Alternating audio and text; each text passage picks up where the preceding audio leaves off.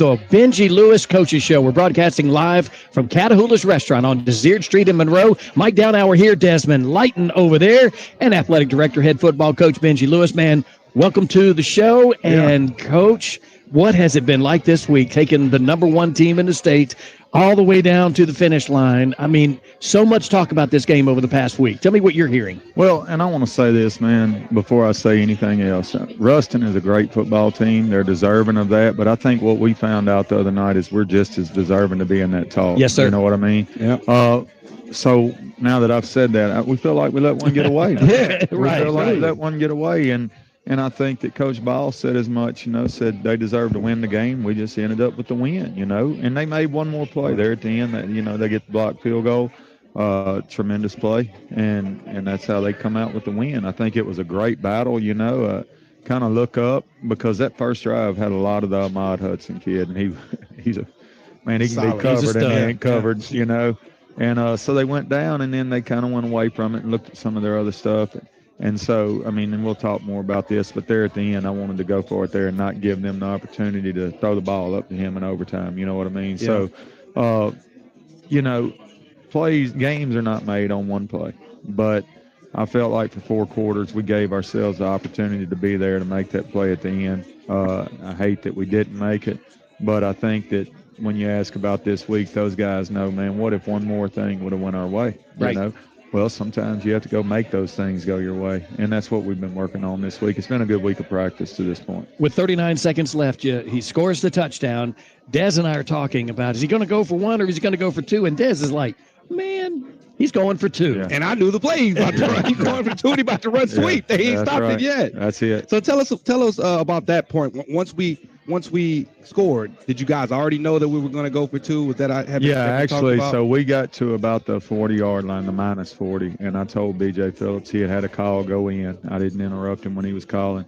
And I said, B.J., when we score this, we're going for 2. Just go ahead and have a play ready. And so as we get down, Waddell hits it. He immediately, while Waddell's running, he's like, Coach Lewis. And I said, yeah, what you got? And he said, do you want this play or this play? And I said, I want this play. I want the quarterback going into our home side bench, and, with no timeout, obviously that was a huge play for Waddell to score there. I think, we've talked about this. These are tough lessons to learn, but when you don't have any timeouts, you can't stand in the corner and celebrate and high five with everybody. That's for after the game. And so we didn't quite get that fast enough to where we could get everybody on the line, tried to hustle it and got that false start, which led to the extra point try, which, like I said, was blocked. Tremendous effort by the guy inside. He's a D tackle and just really, really timed the snap well and got a hand up. And, that's one of those tough situations. Mondragon and I didn't see it be blocked then. I had to look at the film of it. Miguel Mondragon was really, really, really hurt, thought that he had let his team down. And we've had a lot of talks about that, and kind of how you coach a guy that is going to make some mistakes because, and I told him that. I said, when I decided back in the summer that you're my guy, I know that there's going to come a game where something like this happens. And I said, I didn't know it was a Ruston game, but I know it's going to come a game. And I said, I'd choose you again, and I'll run you out there next week too. So I believe in Miguel, even more so now that, you see it was blocked. I'm going to assume that it would have went in. If it wasn't blocked. The other ones had. I mean, this one I think he had missed one on the ear. Is that right? First week. Yep. And so I believe in that kid. I believe in all our kids, and the other night it was a gut punch. And a lot of people telling me congratulations. I know when I called into the radio show. Yeah, it's like, no, that's not. Congratulations. I said, I don't know a world where you congratulate the loser, and that's the way that I want my kids to think. I don't want somebody saying, man, y'all played them so good. That's not. I mean, I know what they are, and I know their rings are still shiny and all of that. But we came to that game to win. That's right. We didn't come to play well. That's a byproduct of winning. Right. What do you think? What was the takeaway from the team being so close? Yeah. To having it and knowing that, if we clean up a few things, maybe we could actually get there. I'll say that this is the embodiment, of what we talk about. they get to see it in front of them. Okay, this is where we came from. And I told them, I said, over my computer for the last year, and I took it down Saturday morning, but over my computer for the last year, you know, it's anybody. They get tired of working or something, and me tagging film, I'd lean back in my chair, and right above it, I'd put a picture of us and said 49-7, get back to work. That was the score last year, you know. And every time I'd set up, I'd look at it and say, no, get back down, you know. For us to flip that in a year, you know, I think is an embodiment to them of this is what all of our hard work, all of our planning, all of our goal setting, this is what it's come to. Yes, we fell short there. Our goal was not to play Ruston a tight game. It was to win a game against Ruston. But I think it sets the parameters for just how competitive we can be in this district. And I think they had to know that, you know. And I'm glad, you know, that we played them close, and I'm glad that accomplished that, because you got to find the things in a loss like that. You can't just let it hurt you. You know, well, Coach, you got to build from it. Yeah. That's right. The other question that I know it's been on everybody's mind, the last time Ruston won by 1 point in the final seconds, West Monroe came to play the next week, and the Lions won by 1 point in the final second. Surely somebody else has made that in your brain this week. No. I mentioned that actually on Saturday morning when we came in. I said, you know, the last time this happened. Yep. We took that heartbreaker, and much in the same way. That's I think much in the same way is that, you know, we did go into overtime there, you know, at least, and we score, and at that time we opted to take the timeout to set up the extra point fake, you know, and that was rough on us. What a way it didn't work out well. So I mentioned that. I said, you know, I'm not throwing this game off to say we needed to do that to make this happen, but just like then, it made us believe, you know, it made us believe we can play with anybody in the district. And not saying we forgot that, but this team definitely has that resolve to it. So, we'll take a look at the other games on district right now. Neville Pine Wolves 50-10. I don't think that's a big surprise. But West Monroe and Ash, you know, and of course West Monroe coming into Ouachita after losing that game. I can't remember the last time Rebels lost 2 in a row, and that's going to be a big deal and a big thought going into Friday's I would have game. much preferred Ash to Me lose too. to West Monroe. Me too. Well, I think they're both rattlesnakes. That's what I think, okay. man. Okay. They're both good. Ash, I can't say enough, and we'll talk more in a few weeks about that, but I can't say enough good about what Thomas Botman has done there. You know, that is not by nature a football-rich environment in central Louisiana, and he's done a good job there, a great job, matter of fact. But, yeah, it's unusual because we normally play West Monroe before Ruston does. That's somehow when we draw straws every 2 years, and that ends up always being the last game of the year for Ruston or West Monroe is that one. But it's not often that we've come, played West Monroe out of a district loss. That doesn't happen. Yeah. They hadn't lost anybody except for us and then Ruston, you know. And so this is kind of uncharted territory. Look, it's an important game for them. They're 3-3. This is kind of a break even. Well, I'm gonna tell you what, it's important for us. Absolutely. So right. you're saying we have a chance to make history? Yeah. By hanging 2 losses on a row. That'd be good. And before we transition to West Monroe, I want to linger on the Ruston game a little bit longer. Yeah. I know we lost. I know you don't want to celebrate a loss, but so much about being good is the identity of I'm a good football team. Yeah. And so much about developing identity is putting in the work in and the actions for the results to start to line up. That's right. What is our identity coming out of that game? Do you think we learned something about our identity? Yeah, I do. I think that we found that we're resilient, you know, not that they jumped out to a huge lead or anything that we had to overcome. But it was a couple plays where you're like, here we go. The first drive, man. Yeah. The first drive, they walked down basically, like I said, on the body of, number 6, the tight end, Hudson. And I would too, kid's a specimen. Yes, you know. 6'7". We had, Coach Samp, who you'll hear from in a bit. He was like, what happened there? And I said, Coach, he's covered. He's just tall. Yeah. He's covered. We got a body on him. You got a free safety on him. 5'8" going up against a 6'7". Numbers. It just he was covered. He's good. And so they went to that and they walked down the field there, and it's like, golly, man, they are good. Yeah. And guess what? At the end of the game, I'm still saying that. But what I think we found is physically we can play with those teams that call themselves physical, and I'm not saying that to say Ruston isn't. They very much are. Yeah. And they run some people off of the field just with their physicality. I saw you, Coach, Yeah. not to interrupt, but I saw you almost challenging the guys when West Ruston had got up on us a little bit, and they were starting to impose their will. Yeah. What did you say to the team? It's almost like ain't nobody gonna save you. I saw you. I told them, I said, there's nothing you can do but own it or waller in it, one of the two. There's not anything else you can do. There's nobody coming in that's better than you. We have you in here for a reason. And look, another thing that I'll talk about that we thought was remarkable is talking about the two big guys inside, Dylan and AJ. Captain Shreve Week, you saw this and thought there was something wrong with their helmet. They were coming out. They were tapping out.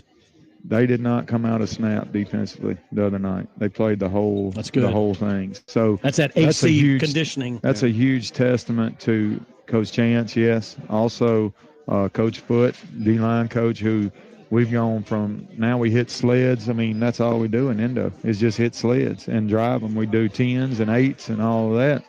Also, Coach Foote takes them in after practice in the weight room and they jump rope, for a set amount of time. We had to do something. I mean, they're great players, but if you can only get them 4 plays out of 8-play drive, what are you missing? Yeah. And so I think that was a huge tip of the cap and testament to them. They did not come out a snap the other night. And they hung us in there. Yes, absolutely. All right, Coach, who'd you bring with us tonight? Who we're going to talk to? Yeah, offensively, I have Coach B.J. Phillips, quarterback coach, and obviously coordinator. I thought he did a hell of a job the other night. Absolutely. And the player that is coming with him is student of the year. I believe he's class president as well as team captain and wide receiver for us. Every one of them that carry this last name, man, have all been just superb young men. And Miss Natasha does a great job with them. Nick Nelson, wide receiver, is with us tonight. Defensively, I brought both the coordinators. So my boy, Coach Jimmy Sampson, is here tonight, linebacker coach defensive coordinator, and he brought one of his linebackers with him, Cody Kelly. Cody is a really cool story of resiliency, man. He's hurt knees 2 different times that put him out for a season, and is really relishing and enjoying, and thriving in his senior season. Well, that's one of the things Des and I have talked about too. We're calling his name so much more as the season gets older. So he's clearly performing. Definitely is coming on now. You know what I mean? He's playing his best ball now. I didn't think at the beginning of the season he was quite there, but he's come on, man. He really has. All right. Well, that'll do it for the first segment of the Benji Lewis Coaches Show. We'll be back with the coordinators right after this. We're broadcasting live from Catahoula's on Desert Street in Monroe. Sonica Swartz is a proud supporter of Ouachita Lions football, dishing out some of the best burgers, conies, and appetizers in Monroe to the citizens of East Ouachita Parish for many years. From supersonic burgers to bacon doubles, chili cheese conies, jalapeno poppers, and weekly specials, Sonic has something that will satisfy your craving. Grab a snack on the way to the game or dinner on the way home. That's Sonica Swartz, 520 Lincoln Road, proud supporter of Ouachita Lions football. If you were just in a car crash, the insurance company could already be calling you. Don't talk to them, talk to us. The call is free, and the difference can mean going into debt or getting the settlement you deserve. Pick up the phone and call us right now. Don't wait. Call Creed & Creed, 387-5800. You can count on Creed & Creed. Call today, 387-5800. Remember, Creed & Creed is all you need.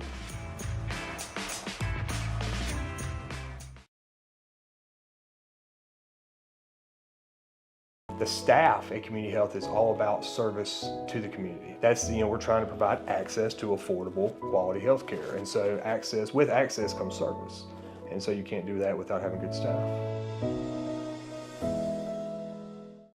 Football fans, are you ready to score big this season? Johnny's Pizza House is the winning play for every game day with our new Pizza Squad Rewards app. Download it now from johnnysph.com/app and get in the game with $5 off your first in-app order. Every order earns you loyalty points, so you can rack up rewards faster than a running back hitting the end zone. Save your favorite orders, track your deliveries, and enjoy exclusive offers, all at your fingertips. Visit johnnysph.com/app. Enjoy the Pizza Squad today. Johnny's Pizza House. Let's share a slice of game day glory. If you or a loved one have been the victim of medical negligence or a drug injury, we can help.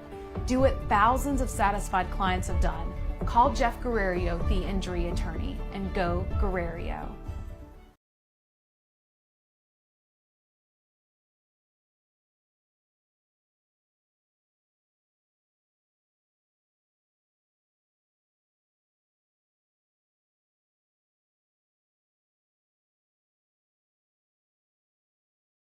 number 15, senior wide receiver Nick Nelson. 5'10", 155. Is that still right, Senior Nick? Yes, sir. All right, Yes, just checking indeed. on that. Brainiac. Coach Phillips, is this your first time on the show this season? Second time, I believe. Second Yeah, time. he was Okay, on the first show. So did we talk about your journey and how you ended up being here and being A little bit the first time we was here. If you want to revisit that. Catch us up in case people miss the show. I'm a Washita graduate. Graduated in 2009. Yeah, we were together. We were teammates. Yes, sir. Y'all were the same? Yeah. Okay. He was my sister's age, so he was a couple years ahead of me. Yeah. But my so he's the old sophomore- guy. He's the old guy. I just want to make sure. You know what I'm saying? He got to see me on scout team. You know That's what I'm right. saying? That's right. He was scout team QB. No, I graduated from Washita 2009. I came out here, ULM, graduated in 2013. Went back and got my master's in 2000, I believe, 16 or 17. When I first got into coaching, it was a rec league basketball team. I had a buddy of mine call me and ask if I wanted to help him coach, and I'd never done any coaching or anything like that, and I told him I'd help him, and then he was one of those guys that was not very dependable. So we would have practice and games, and he would be a no-show. So I kind of ended up taking over the little rec, and I think it was like 9 and 10-year-old boys basketball team. Leadership is called. Trial by fire. Man, I fell in love with it, and just being around a group of kids that kind of feed off your energy and feed off of what you're trying to do and things like that. It just kind of made me fall in love with coaching, and so I went back to school. That's why I went back and got my master's, so I could have that that education degree. When I got into coaching, I settled down at Washita Junior High. I spent my first 3 years there as a long-term substitute while I was still trying to get certified and get that second degree. I switched over to EO the very first year. Went over there with Scott Pipes and tried to start that program. Yeah. And I thought we kind of try to set that stone there and build that school up to be something. And then I got an opportunity with Coach Fitzgerald to come up to the high school. This is my 7th year at Washita High School. It's great to be back in kind of your stomping grounds, and you feel comfortable there. And I told Coach Lewis, I said, this is the place that I've always wanted to be. Good job. And I'm blessed to have the job I am and the role that I have, and we're just trying to do everything we can to make Washita a great place. That's what I'm talking. And we're grateful to have you. That's right. So a lot of people, I'm gonna put you on the spot. A lot of people don't do this, but you said we're definitely grateful to have you here, and this is an excellent thing. But skill and talent gets recognized, and coaching is a ladder. And you kind of showed us how you've climbed the ladder to get here. I appreciate that. Is there a spot on that ladder if somebody called you that you'd be like pie in the sky coaching dream for? He's calling you out. I told Coach Lewis, I said the job I have currently is my dream job. And he said he relayed that message to I think we had like a booster dinner one night, and as he called me up there, that's what he said, and it's the truth. When I first got in this business, and my first stop was Washita Junior High. Yeah. And I didn't go anywhere else. I didn't try to get on or get my foot in the door anywhere else. My first stop was at the place that I went through, and that gave me so much, and now it's my opportunity to give back what I can. So pie in the sky will be a state championship. That's right. At Washington High School. That's what I'm talking about. And then we got Nick Nelson here. Nick actually worked at my dad's nutrition club, Mike. So I've seen him he grow up. understands how all that works and how you're supposed to hydrate. Good dude, student man. of the year, Nick Nelson. It's Brainiac, man. Well, I mentioned this on another show. The junior high invited me out a few years ago to help judge student of the year, and I thought, man, what is this going to really be? I was so impressed watching these students come through and seeing the best of the best and these are some fine, outstanding people, and it's like it renewed. Everybody hears about how this new generation, guys like this one right down here, give you plenty of hope. For sure. Absolutely. They do. So Nick, talk about that process. The student of the year process? Yes, sir. Oh, okay. So with me, I've been nominated since elementary school. I didn't win. That's the one time I didn't win. I was devastated, honestly. I was so happy when I didn't win at elementary school. Competitive. But, yeah, always. But so then, let's see. In junior high, I won at the school and for Washita Parish, and then I went to regionals, and that's when a lot of things were virtual, and so I didn't win there. But high school now, I was just named Washita Parish High School Student of the Year, I would say like 2 weeks ago maybe. And it was just I've done everything right thus far. I've done all the community service, all the accolades. 4.0 student, all that. So you saying you that dude is basically wasn't no mistake. You should be 2-time student of the year. That's right. That's my right. guy. And I've watched you. And also a fledgling vlogger, man. You got your camera, photographer. Yeah. Something like so that. So talk to us how did the football become a thing of yours? Honestly, it's kind of just always been there. I started with, well, honestly, I know everybody knows kind of my family for the most part, but my older brother is what kind of got me into football. I was always kind of following him. Father passed young, so I didn't really have anybody to look up to except him. So I watched him just and emulated everything that he was doing. Okay, talk to us about. We got a brand new quarterback in Montreal Connor Jr. Definitely a little bit more dynamic than we've seen in a little while. How's that changed your role, and what's your relationship like with him? Yeah, so I mean, I've known Montreal since Pee Wee League. Honestly, like that was, I have another younger brother, Cody, and so they were playing together. So I was coming to their practice, I was helping them out. So I was always kind of around them, always knowing them. So it was no difference. It was kind of like oh my God, I got my buddy back type of deal. So it's and obviously my role is kind of taking a step back, so to speak, from last year where I was one of more of the quote unquote main guys. But this year, I came in, I had injuries throughout the summer and at the end of the last season. So it's just kind of been working my way back in, making sure that I'm healthy, staying healthy throughout this season to make sure I can help my team in the best ways possible. Talk about this team, man. How's this team different than last year? Way different. It's just a bigger bond and team dynamic. It's not about one person or, one thing. There's no individual goals in mind. It's all of us just trying to win. That's all it is with us. And so that's what, we've kind of harped on with not even just to the coach, but within ourselves, what the coach kind of don't know and what they don't see. It's us texting the group chat, building each other up and not trying to, be, I guess, not be buttholes to each other. We know what he wanted to say. Yeah, right. So picking each other up. So, okay, talk about picking each other up. What was the message after a tough loss against Ruston where a lot of us feel like we had that game in our hands? And yeah, so with us, it was just we got to get back to work. We made a statement with that game, but we kind of put it to rest. We felt like we should have won, but obviously almost doesn't count. So it's back to work with it. And I think this far we've had a great week of preparation. And, it's time to beat the Rebels. Man, this dude sound like I'm talking to a coach right here, man.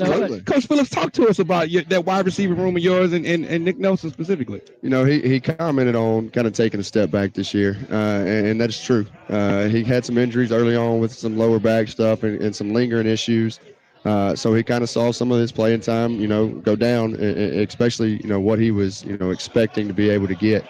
And he's just now over the last 2 or 3 weeks kind of working back in, and he feels himself again. And he's a tremendous asset to us because I know that he can play any position that we have. And he knows every responsibility for each and every position on the field as far as skill guy-wise.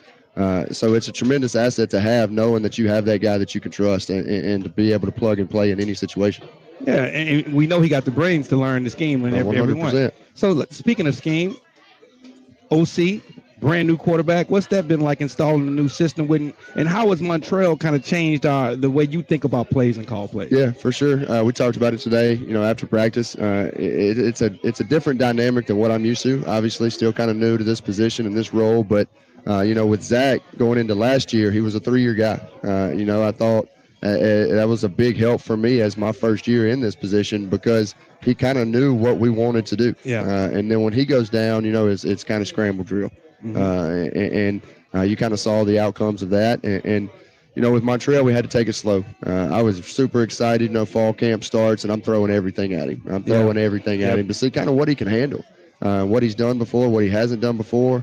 And, we had to dial it back a little bit. I thought Natchitoches Central, in the Bayou Jam, it was a really good reflection of trying to throw too much at the same time. So we kind of took it in steps. We started working, inside zone first with some of those reads and RPO stuff. Then we started going to the power run game and just kind of breaking it down, phase by phase and making sure that he's grasping all of it before you just throw the kitchen sink at him. I thought he's looked a lot more comfortable over the last few weeks. And I think that's kind of a byproduct of that. And he's starting to really master what my idea is, and it's one of those weekly meetings that we have. What do you see? What do you like? Is there anything we're not doing that you think could be beneficial for us? We have those conversations, we have those talks, and I think it's just him being more comfortable with the offense as a whole, him being that leader that everybody can kind of depend on. You've seen kind of our offense grow over the last 3 or 4 weeks. That's what I'm talking about. Well, I got a question for both of you guys. I mean, I know you've seen it on film. What do we expect Friday night? Nick, from a player level, what are we expecting out of West Monroe's defense? Well, I know that they have, some of their starting guys out for various reasons, but at least from our standpoint, you should expect to see a Ouachita win. That's Come on, Talk that talk. You should see a Called it on the Ouachita air. win.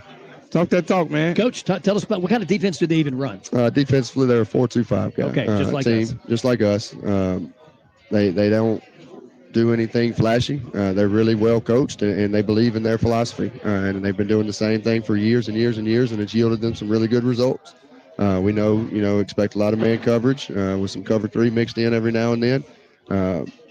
To me, they try to cause disruption with their front 6, and they've done it for years after years after years, even as a player.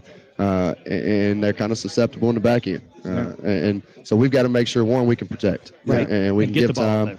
In order to try to get some of those combinations that we've been working throughout the week and those reads that we have in the past game. But they're really strong up front, just like year in and year out. You'll see, number 18, Tyler Roark. He's a 3-year starter for him, tough, physical kid, 6'5", 240, somewhere in that area. He's a grown man, and he plays like that. He plays hard. He plays fast. I like number 42 a lot, the Tide kid. His brother's at LSU as the punter.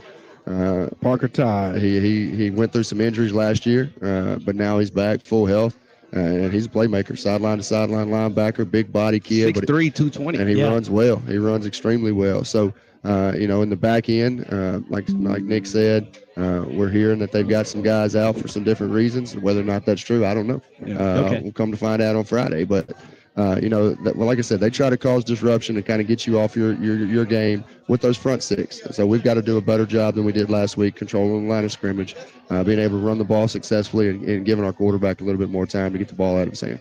Nick, what's that senior leadership telling the rest of the team Friday night before you walk on that field?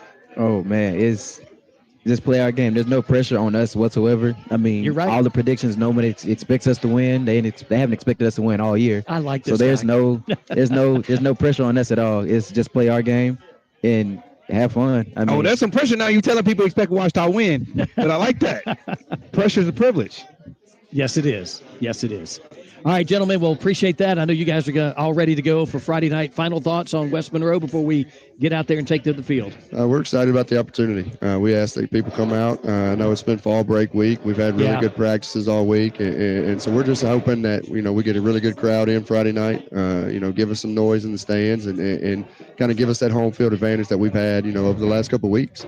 But we're excited about the opportunity. Like I said, we've had a really good week of preparation and practice, so we're hoping it translates over on Friday night. And Nick Nelson, congratulations on all your accolades, especially Student of the Year. That's one you'll carry with you forever. Yes, sir. Congratulations. Give us a nugget, Coach. You got some like a secret surprise, some goodies. He's not going on the plan. He's not going to tell you on the video.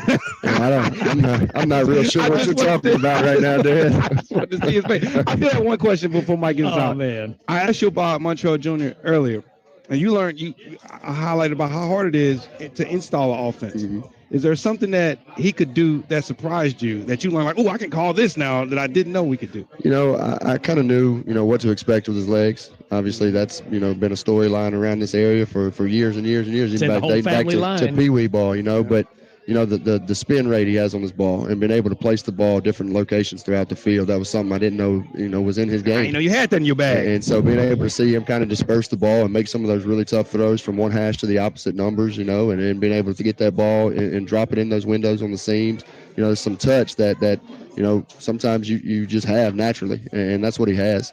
Like I said, we've got to make sure that we're able to give him some time to be able to do that on Friday night. All right, Coach, Nick, best of luck to you guys. We'll be back with the defense on the other side of this Benji Lewis Coaches Show. We're broadcasting live from on Desert Street, Monroe. We'll be right back. Hi, I'm Chris Lewis, the proud owner of Coney Island Connection. For nearly 20 years now, we've served the Oklahomites with our fast, friendly service and our famous chili cheeseburgers and our famous chili cheese dogs. Well, the chili is homemade. I'm asking you to stop by today and give us a try. We also serve hot tamales, roast beef po' boy, fried pickles, and much more. We even serve funnel cake fries here at Coney Island Connection on the corner of North 7th and Arkansas Road.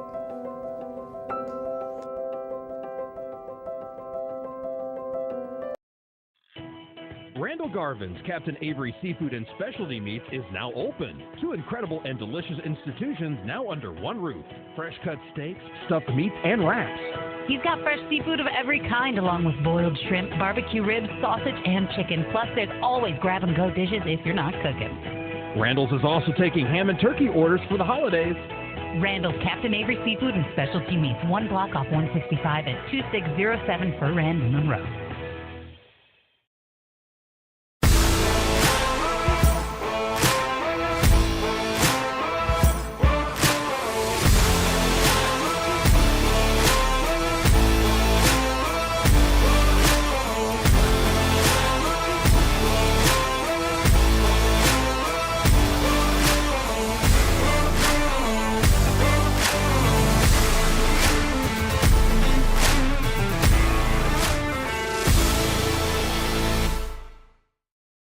Last hailstorm, we called Weather Pro.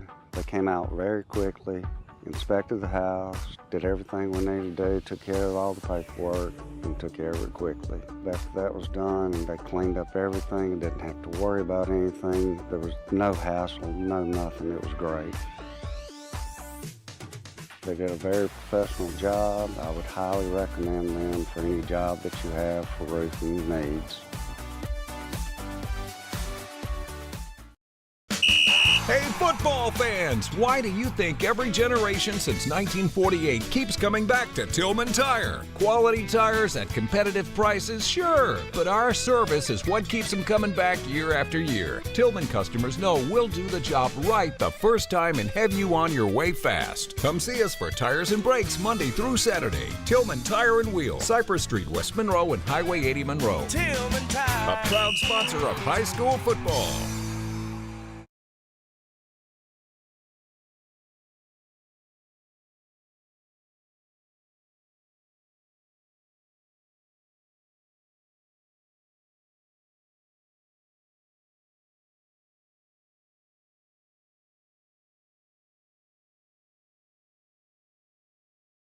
And you brought with you a number that we have had to learn since game one. Mm-hmm. We have been calling his name a lot more since game one. Mm-hmm. This number 10, this Cody Kelly kid. Tell us a little bit about. Welcome, Cody. By the way. Yeah. What's up, man? Put that mic. Yeah, put that mic a little close to your mouth right there. There There you you go. Give us that's what I'm talking about. Number 10 in the playbook, but number 1 in your hearts. Oh, come on. Talking about Cody Kelly, if I had to give him one word, it would be resilient. When I first met him last year, I understood that he was dealing with some injuries here and there. Knees, wasn't it? Mm-hmm. Yes, yep. I could relate to that. Had the same problems. And, during the off season, you kind of get close to the kids. It don't really happen during the season. I think it happens in the off season. So put that work in. Cody is in one of my classrooms, and we talk football a lot, of course, naturally. And what subject you teach, Coach? Not to cut you off. So my class was Ingenuity. So their classes were on the computer. So a lot of times we have free times when they're finished with their work, and of course subjects go to football. So during those times, we just learning each other, figuring each other out, and I understood that he wants to be good. So a lot of times that's number one. What players want to be coached.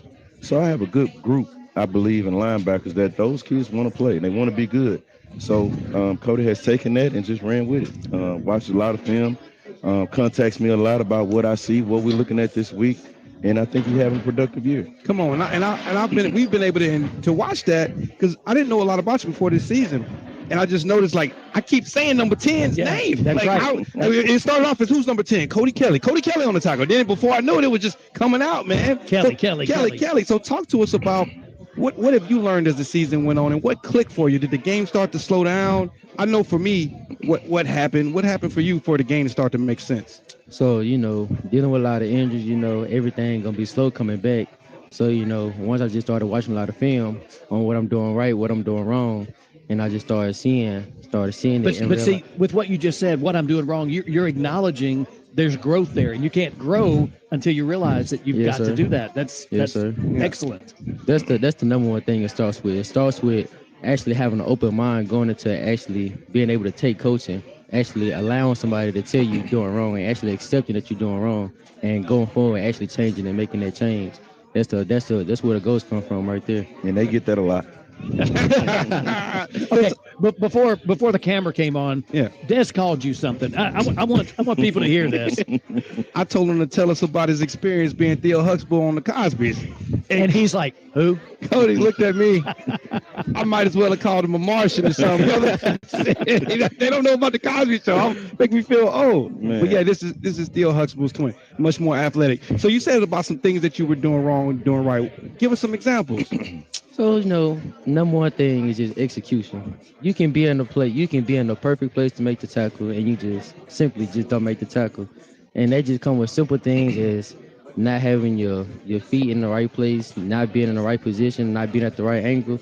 All that just come down to, breaking down what you're doing right or wrong. Okay. Talk to us about, we had a real tough, I talked about this with Nick. We had a very hard fought battle that we feel like we probably had and came up short. Tell us about the message to the team and what did you learn about our defense specifically in the team and whole with that game? I learned that, we got a really good team and we got a lot of potential and we just got to work on it. We just got to keep working and keep working. We got the potential to be anybody we want to. If we just keep putting our mind to it, stop making so many mistakes, then I think we'll be fine. At what part of that game you was like, damn, we pretty good? From the start. Come on. So you say you learned in that game, so you knew already. Like, which one is it? So I'm already knowing from watching film, I'm going into the game knowing we can win this game. The only thing that's going to stop us from winning this game is us. Okay. It's a new week. Tell us what you see on film now. Yeah. It's always, like I keep saying over and over, execution. I feel like this is going to be the biggest thing about it. Just execution. All we got to do is execute and we're going to be fine. What are we doing throughout the week to execute? Making more tackles. We got to stop missing tackles. Is he going to be a coach? It sure sounds like it. Well, I'm going to tell you this. You always want somebody on that field that is an extension of you.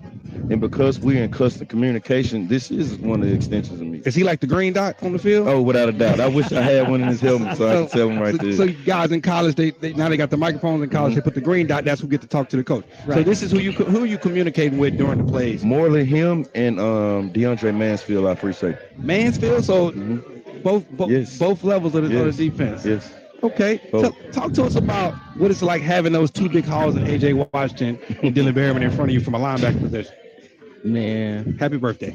They are so they are definitely big, singing some and happy their birthday head is down so big. You just got to get them to do the right thing and stop arguing with you. Wait. They so big, and he just keep giving us the juice. I know. They so big, and their head is so big, meaning they know they're good. Yes. So they got a little ego with it. They got a little ego, but gotta check they come down every now and then. They take some coaching from the players, and that's all we need. We just need them to listen to us as a team, not just criticize, but just have to have a teammate to build them up. Hold each other accountable. Yes, sir. All right, talk to us about what this West Monroe offense does. We know we've seen West Monroe year after year after year. This year's probably the same as all the others, but tell us what to expect Friday night. Cody. Y'all pick either one. Go ahead, Cody. Come on, Coach Cody. I expect the same thing from Russ. He's testing him right now, by the way. I know that. I see. I expect the same thing from Russ and the same thing we run every day. It's the same thing, the same format offensively and defensively. So I think we're going to see the same thing that we see from our offense, the same thing we see from Russ's offense. Okay, watch. I got some. Gap scheme or zone scheme? I feel like everybody got to know. Everybody has to know their job, their alignment and assignment. So they run a counter, inside zone. Both. So they run gap and zone. Yes, sir. Both. Okay, both of them. Look at this. So, all right, I got some. What's your favorite play to defend? That's a good one. I say power though. Because you got a guard pulling. Yes, sir. And so you trying to blow that guard up. Just easy read. Easy read, easy tackle, easy play. Talk to us about That's why we've been calling number 10 so much. Exactly. So talk to when you see the guard pull, what you doing? If you the backside backer, what do you do? If I'm on the backside, back. I have cutback. Okay. So if they're going away from me, I always have cutback. So what are you doing? What does that mean? Paint the picture to the people. All right, so you got your line of scrimmage.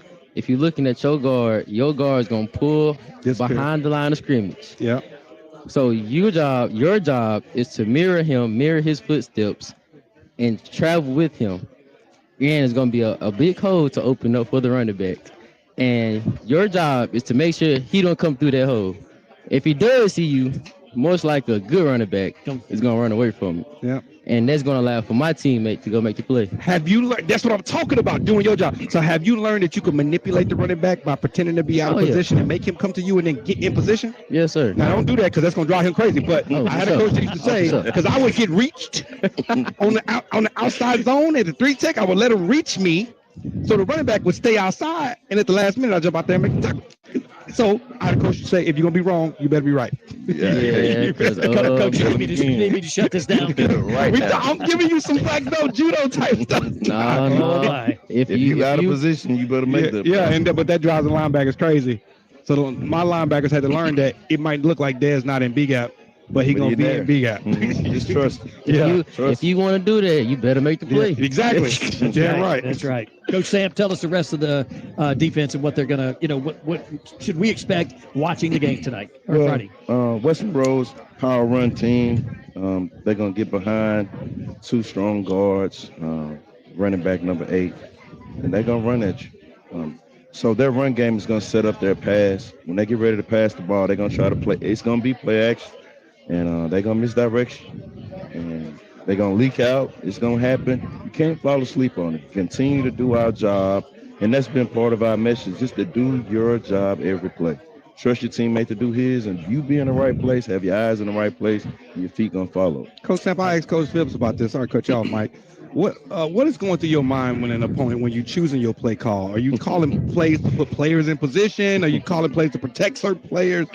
It's a lot that goes into it. And number one, I've learned so much from Coach Lewis of my arrival. I really feel like I'm in a blessed position to be here. Even have been in a head coach and defense coordinator and strength coach and a position coach already. It's really an honor to be underneath Coach Lewis, and I don't think I've been saying that enough. That's awesome. And I just want to say that right now. That's good. But what I'm thinking about, number one, is tendencies. First, I go off down the distance, and who do they like? Because I always want to think players versus plays. Because players will hurt you over plays. And who we have. I always don't like to make an apple and orange. All right. So Cody, we know his strengths. I don't want Cody to go out of the way to do something else or try to make Cody something else. Let's just use Cody with his strengths. Yeah. And I try to coach that way, coach them to their strengths and their abilities. Last thing, and I get to you, Mike. I know I'm holding it long. You shouted out Coach Lewis. What are some things that you've learned from Coach Lewis, being a DC? I'm gonna tell you this. As a head coach, it's like he always is ready. He's always ready. He's never off guard. I commend him so much on that. I don't think I've ever said this to him. Wow. But I think that a lot. I'm just looking at him like, how do you know? He said that perfectly. Like, man, how you knew that was coming? Another one of our coaches said the other night, I'm unsure exactly what happened, but Coach Lewis said something, and there it was. But just being around him, I try to soak it all up. He probably sometimes figured when we're in the room together, I don't talk a whole lot, and it's really because I'm just listening to him. Right. I'm really just picking his brain without saying anything. I try to be more of a listener than a talker all the time, because I do talk a lot when I'm with the players. But when I'm around him, you're listening. I'm listening. I'm taking it. Even as I'm 36 years old and I want to continue to get better. That's why I tell my players we never get satisfied. So if they can see that from me, then I want them to have the same thing. All right, guys. Well, best of luck coming up Friday night. It's another big test, followed by another few big tests, too, but it's only one game at a time. Yes, sir. Go out there and get that victory. Yes, sir. All right, I appreciate both you guys. This is the Benji Lewis Coaches Show, and we'll have him back to break down both the offense and defense of West Monroe right after this break. If you were just... All right. Man, great job. That was cool. Good job. Great section. Good job. Hey, yes. This weekend. Now, we have a really good quarter game.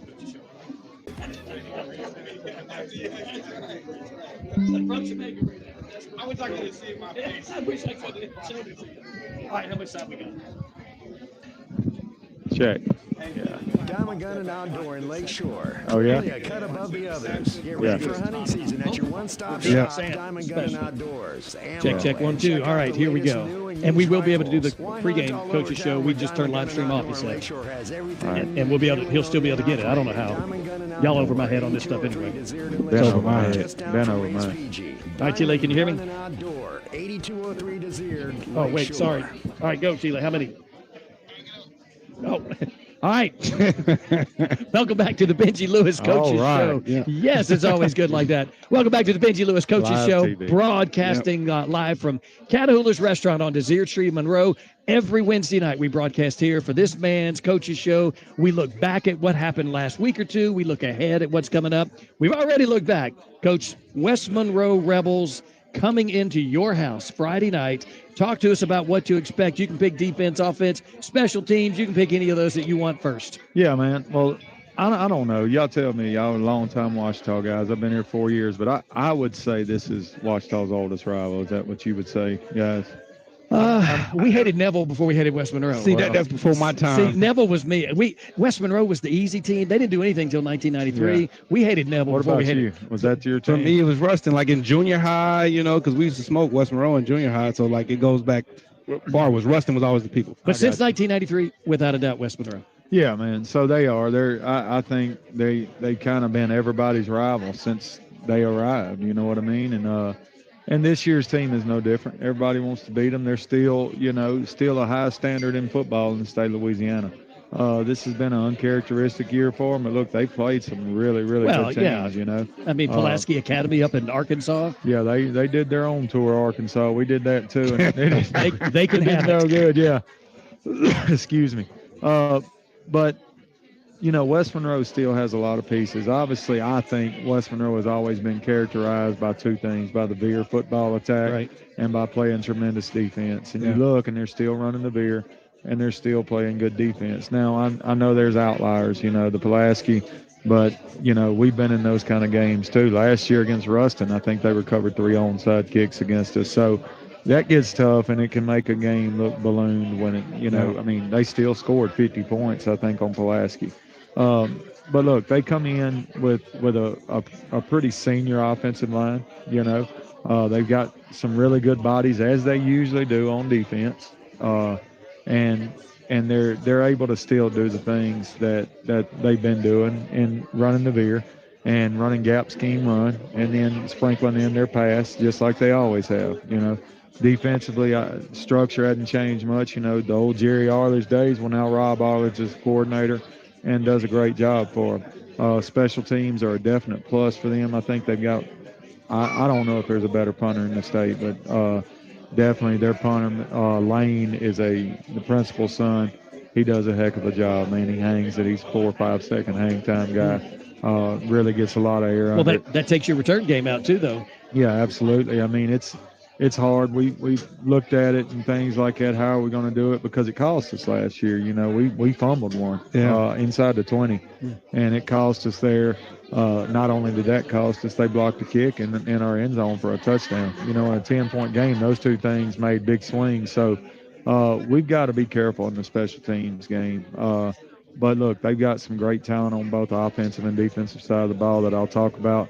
We'll start defense this week. The first guy that they talk about a lot, I think everybody talks about a lot, is the defensive end, number 18, Tyler Roark. Yeah. Heck of a player, man. 6'3", 242. Any offers? I think he's garnering some offers. I think they want some, mid-major stuff for him, and I don't think he's gotten it just yet. The other one is defensive end, Smoltz Lilly, number 7. Those two guys, man, they depend on to make a ton of plays. Smoltz was pretty good last year, too. Yeah, he was. He absolutely was.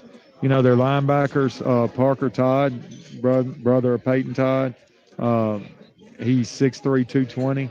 I mean, to me, as he was coming up, man, I thought, man, if they make him a strong safety, but he's sitting in the box and plays well there, man. Cornerbacks, Avery Lewis and Orlando Weber, are just your typical West Monroe corners. They've had better corners. Not that these guys are bad at all, but look, they're going to be able to do what they need to do. They play cover 3. They play man 3, and do those things. So they're able to do that handily. Are they depending on just pressure from the ends to kind of trying to protect? Man. Gotcha.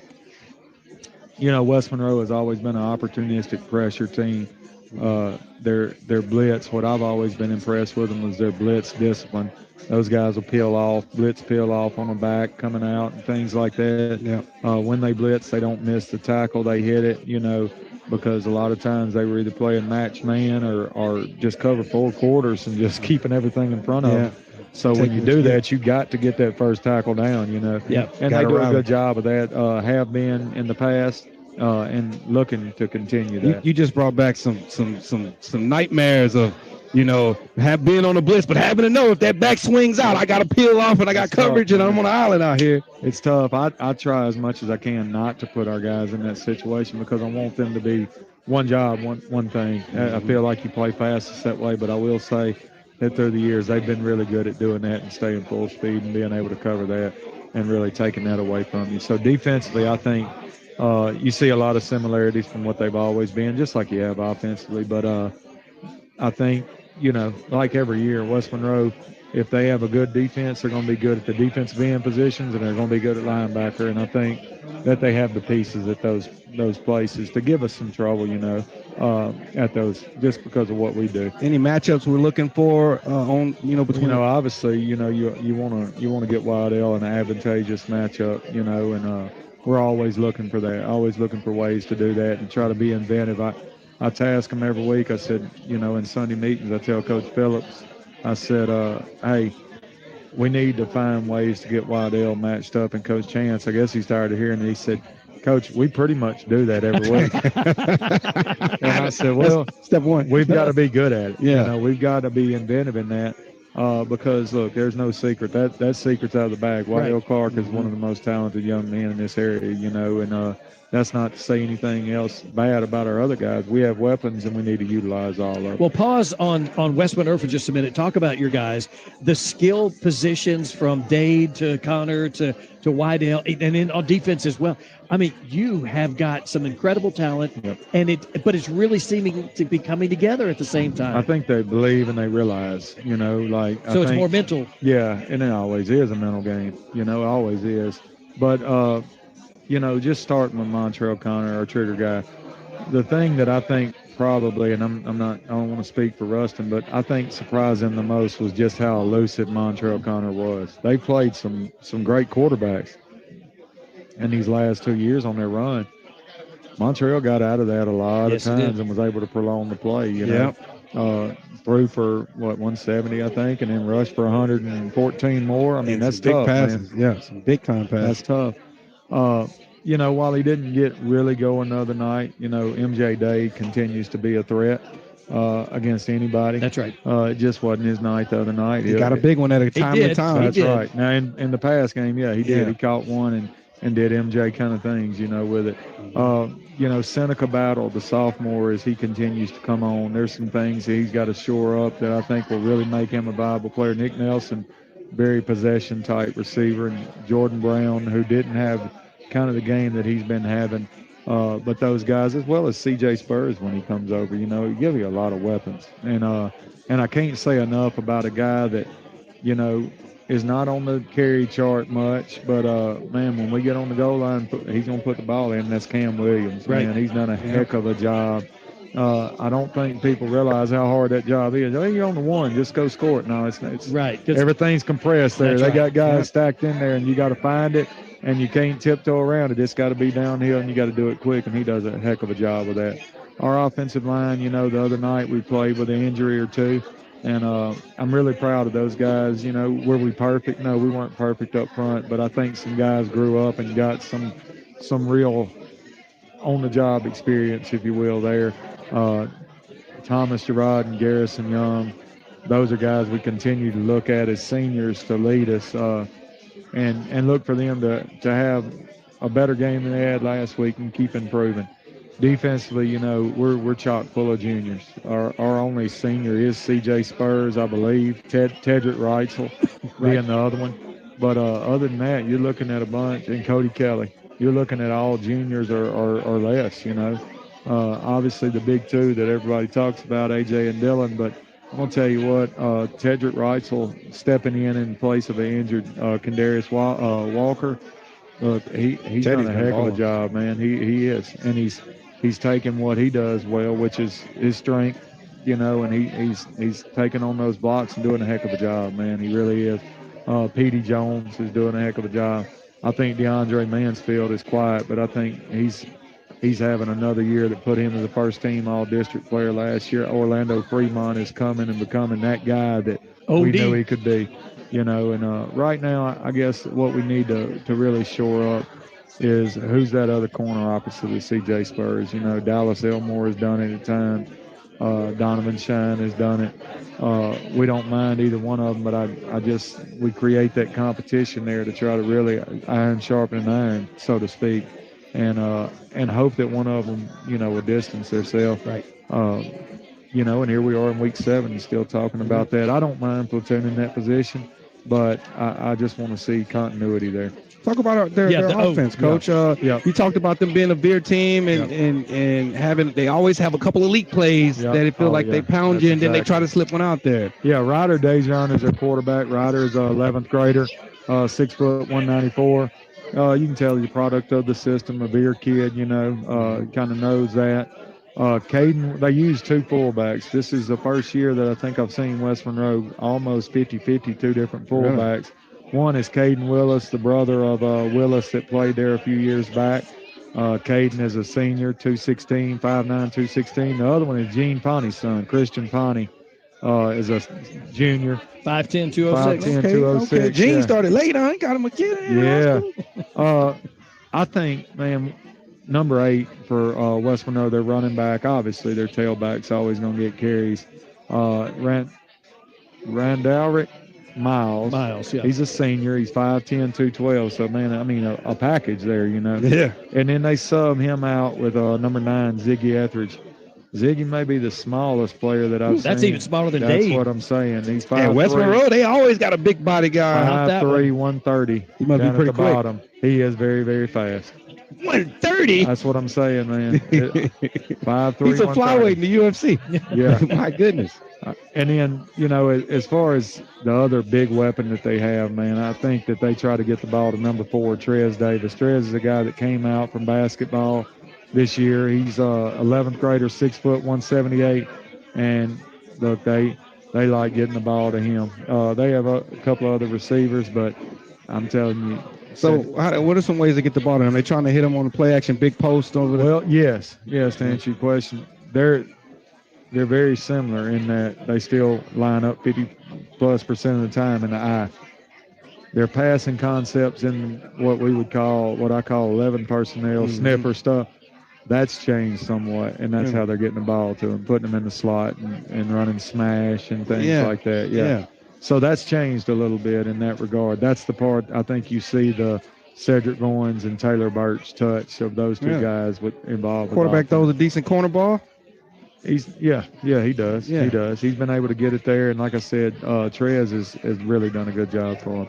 Well, so he's good makeup. Yes. Shifting it back here to Catahoula's, this is the fullest I have seen in a long, long time. You got the Ouachita section full. Other sections are full as well. And just want to say a big thank you to Shane Smiley and Catahoula's and what they do to let us do that. But yeah, this room is absolutely packed, and it's good to see a bunch of Lions here tonight. Absolutely, yeah. I mean, it's a fall break, but we've had our best Ouachita crowd. Obviously, ULM's 5-1 right now. That helps. Hey, the water tastes like Coca-Cola across the bayou, man. So they here, not drinking Coca-Cola. That's it. Fireballs in the end zone every time. Yeah, that's it.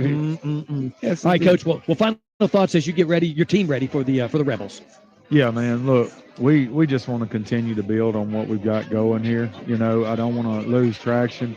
Some of the sentiments is it's hard to get emotionally up for that. Well, here's the thing. We're up for every game. Emotionally up, I don't think it just gutted us to lose that game. I mean, it hurt, but the next day sun comes up, you start preparing again. I mean, I don't think that you can say, it gutted us, it took the life. We can't do that, man. That's what life is about, is getting up the next day and we talk about that. There's days that don't make sense why we worked this hard and didn't get to where, what we wanted. Let's just repeat that history from a couple of years ago. You, Yep. you lost by 1 point to Ruston and come back and beat West Monroe by that same point. Mm-hmm. That'd be all right.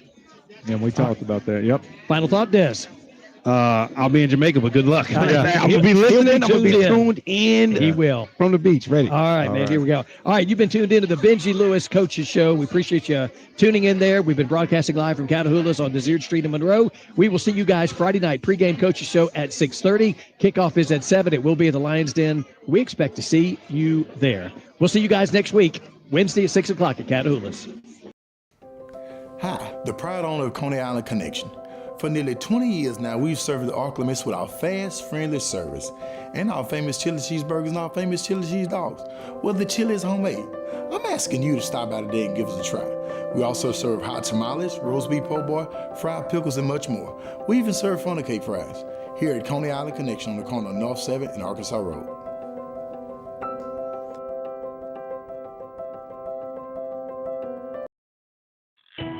Randall Garvin's Captain Avery Seafood and Specialty Meats is now open. 2 incredible and delicious institutions now under one roof. Fresh cut steaks, stuffed meats, and wraps.